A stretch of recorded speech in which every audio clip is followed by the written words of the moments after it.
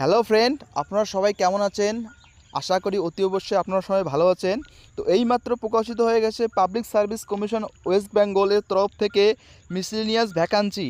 তো এখানে অন স্ক্রিনে দেখতে পাচ্ছ যে এখানে ভ্যাকান্সি লেখা 2024। এটার মানে হচ্ছে কি 2024 সালে রিক্রুটমেন্ট, আমরা সেটা 2026 সালে 25শে এপ্রিল পেলাম। তো স্কিম অফ এক্সামিনেশন যদি আমরা দেখি, এখানে তো প্রিলিমিনারি এক্সাম অবজেক্টিভ টাইপের, মানে এমসিকিউ টাইপের তোমার প্রিলিমিনারি এক্সামটা হবে। তার পেপার, তারপর হচ্ছে ফাইনাল এক্সামিনেশন যদি দেখি, যা লিখতে হবে মানে ডেসক্রিপটিভ টাইপের আর পার্সোনালিটি টেস্ট, এই তিনটে স্টেপের মধ্যে দিয়ে তোমাকে সিলেকশন নিতে হবে। তারপর দেখো প্রিলিমিনারি এক্সাম 200 মার্কস, মানে 100টা কোশ্চেন থাকবে, 100টা কোশ্চেন ইন্টু 2, মানে এই যে 200 মার্কের পরীক্ষা হবে। সেখানে তোমার জিকে থাকবে 75টা, 75 ইন্টু 2 মানে 150, আর এরিথমেটিক থেকে 25টা, 25 ইন্টু 2 মানে 50। এই হচ্ছে তোমার 200 নম্বরের প্রিলিমিনারি পরীক্ষা।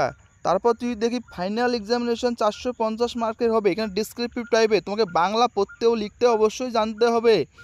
সময় থাকছে 1.5 ঘন্টা, মানে এক হওয়ার 30 মিনিট তোমার সময় থাকছে। তারপর পার্সোনালি টেস্টের ক্ষেত্রে দেখে 100 মার্কস, মানে 100 নম্বরের মধ্যে পার্সোনাল টেস্ট নেওয়া হবে। তারপর যদি দেখি আমরা সিলেবাস এক্সামিনেশন, মানে প্রিলিমিনারির ক্ষেত্রে তোমার 10 লেভেলের পরীক্ষা হবে, আর ফাইনালের ক্ষেত্রে তোমার হবে 12 লেভেলের পরীক্ষা, এটাই বলে দেওয়া আছে। তারপর হচ্ছে ফাইনালে তোমার ইংলিশ তো অবশ্যই থাকছে, বেসিক ইংলিশ থাকছে। তারপর থাকছে তোমার কি, তারপর তোমার যে এক্স মানে বয়সটা থাকছে তোমার 20 থেকে, যদি তোমার বয়স যদি 20 থেকে 39 বছরের মধ্যে হয় তাহলে তুমি অবশ্যই এলিজিবল আছো। আর হচ্ছে তোমার ফিস থাকছে 160 টাকা ওবিসি জেনারেলের ক্ষেত্রে, আর এসটি ও এসসির ক্ষেত্রে কোনো ফিস লাগছে না।